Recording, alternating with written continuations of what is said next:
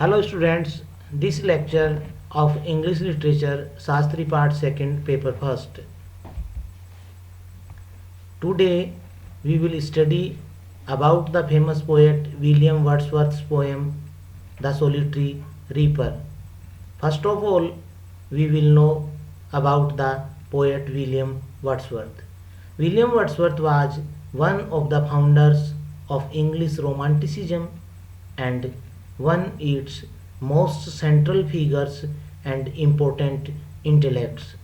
He is remembered as a poet of spiritual and epistemological speculation, a poet concerned with the human relationship to nature, and a fierce advocate of using the vocabulary and speech patterns of common people in poetry. The son of John and Anne Cookson Wordsworth, William Wordsworth was born on April 7, 1770 in Cockermouth, Cumberland, located in the Lake District of England, an area that would become closely associated with Wordsworth for over 2 centuries after his death. He began writing poetry as a young boy in grammar school, and before graduating from college he went on a walking tour of Europe, which deepened his love for nature and his sympathy for the common man, both major themes in his poetry. Wordsworth is best known for lyrical ballads co-written with Samuel Taylor Coleridge and the Prelude, a romantic epic poem chronicle the growth of a poet's mind. Wordsworth's deep love for the beauteous forms of the natural world was established early. The Wordsworth children seem to have lived in a sort of rural paradise along the Derwent River, which run past the terraced garden below the ample house whose tenancy John Wordsworth had obtained from his employer, the political magnate and property owner Sir James Lowther, Baronet of Lowther, late Earl of Lonsdale. William attended the grammar school near Cockermouth Church and Anne Becket's school at Penrith, the home of his maternal grandparents. The intense lifelong friendship between William Wordsworth and his sister Dorothy probably began when they, along with Mary Hutchinson, attended school at Penrith. Wordsworth's early childhood beside the Derwent and his schooling at Cockermouth are vividly recalled in various passages of the Prelude and in shorter poems such as the sonnet Address from the Spirit of Cockermouth Castle. His experiences in and around Hawkshead, where William and Richard Wordsworth began attending school in 1779, would also provide the poet with a store of image and sensory experience that he would continue to draw on throughout his poetic career, but especially during the great decade of 1798 to 1808. The childhoodly was not to continue, however. In March of 1778, and Wordsworth died while visiting a friend in London. In June 1778, Dorothy was sent to live in Halifax, Yorkshire, with her mother's cousin Elizabeth Threacold, and she lived with a succession of relatives thereafter. She did not see William again until 1787. In December of 1783, John Wordsworth, returning home from a business trip, lost his way and was forced to spend a cold night in the open. Very ill, he reached home. He died December 30. Though separated from their sisters, all the boys eventually attended school together at Hawkshead, staying in the house of Anne Tyson. In 1787, despite poor finances caused by ongoing litigation over Lord Lothar's debt to John Wordsworth's estate, Wordsworth went up to Cambridge as a Caesar in St. John's College. As he himself later noted, Wordsworth's undergraduate career was not distinguished by particular brilliance.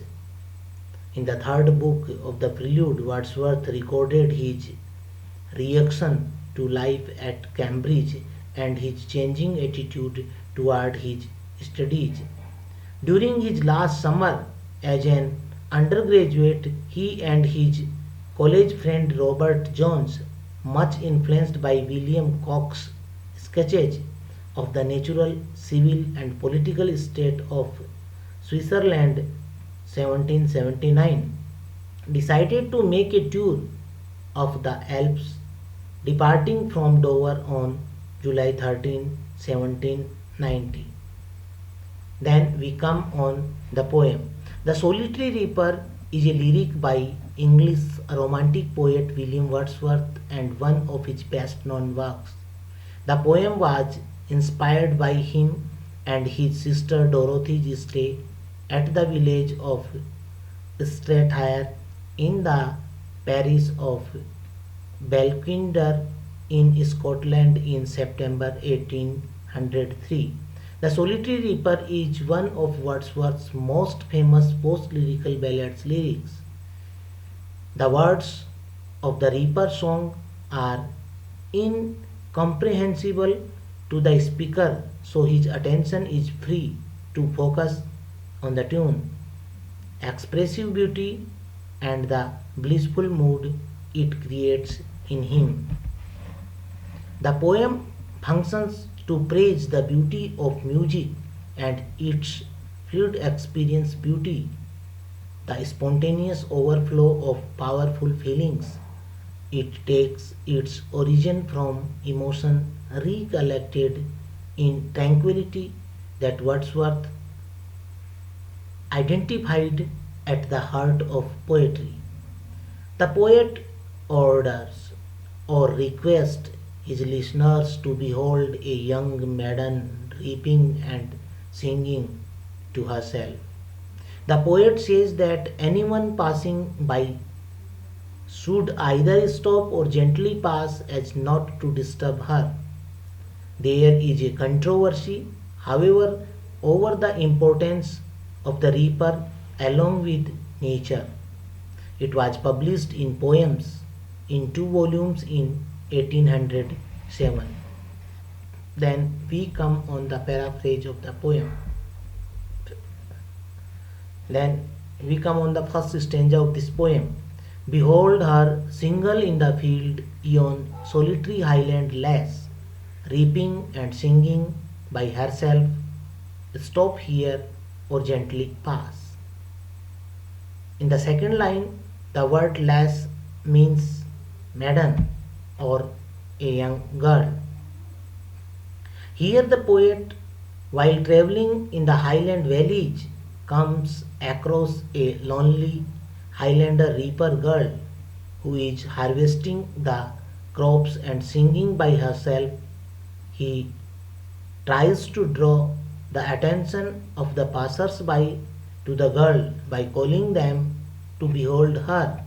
The poet urges them to stop there and listen to her song, or to pass by gently without disturbing her inner singing. So the poet requests the travelers that if they are not interested in the song of this Highland girl, then they should not disturb the girl and they should pass away silently.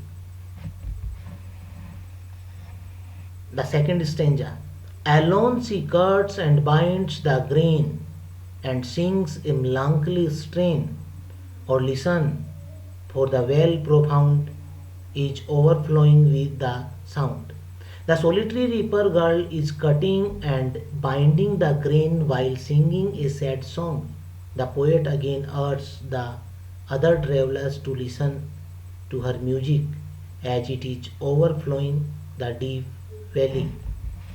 The third stanza. No nightingale did ever chant more welcome notes to weary bands or travelers in some shady haunt among Arabian sands. Here the poet compares the song of the reaper girl with the song of the sweet singing nightingale bird. The melodious note of a nightingale sounds sweet and welcoming to a tired group of travelers in some shady shelter in the middle of the Arabian desert. But the song of the Highland girl is sweeter than that of the nightingale. So here the poet compares the song of the Highland girl with the song of the nightingale. And he wants to express that the song of nightingale is nothing before the song of this Highland girl.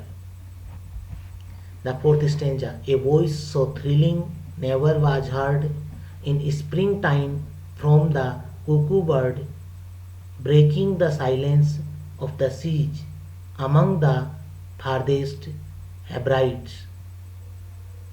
Here the poet compares the song of the Highland girl to the song of the cuckoo bird. And now the comparison shifts to the cuckoo bird, another well-known song bird. The cuckoo bird in springtime breaks the silence of the siege in the far off Hebrides islands. But according to the poet, the song of the solitary reaper is more thrilling than that of the cuckoo bird. So here the poet compares the song of this Highland girl to the best well-known songs of nature. The fifth stanza. Will no one tell me what she sings? Perhaps the plenty numbers flow for old, unhappy, far off things and battles long ago. Here the poet does not comprehend the meaning of the song or its subject matter, as the girl is probably singing in her native Gaelic language, which the poet doesn't understand. So he asks the other travelers there if anyone can throw some light on what she is singing or what is the subject matter of the song which is sung by this Highland girl. From its tune, he guesses it to be a mournful song, plenty numbers about some old unhappy things and past battles. The next stanza. Or is it some more humble lay, familiar matter of today, some natural sorrow, loss, or pain that has been and may be again? Wordsworth again guesses the subject matter of the Highland Girl song, that the song might be about some more unusual happenings like some natural sorrow, loss, or pain, a death, or a domestic day-to-day incident which has occurred or maybe happen again. The next stanza, whatever the theme, the maiden sang as if her song could have no ending. I saw her singing at her work and over the sickle bending. In this stanza of the poem, The Solitary Reaper, Wordsworth talks about the impact of the reaper's song left upon his mind. No matter what the theme was, the maiden girl was singing like here, no stopping. Our poet saw her singing at her work, bending over her scythe. The flow of her music was so impressive that it seemed to be never ending. So here the poet wants to express that even though he does not understand the language of the song of the Highland girl, but he guesses on the tune about the theme of the song. And he does not understand the language of the song, but the effect of the song was very much impressive on the poet's mind that it seemed to be never ending. The next danger, I listened motionless and still, and as I mounted up the hill, the music in my heart I bore long after it was heard no more. The poet listened to the girl's song, stopped on his way, and stood still, very much charmed by the girl's beautiful song. When the poet was climbing up the hill, the song could no longer be heard from there, but he bore the music, the melody of the solitary reaper song in his heart. Such was the impression of the song upon his mind. So here the poet wants to express the effect of the song of the Highland girl, which was sung in the midst of nature, and what was the effect of the song on the poet. Thanks.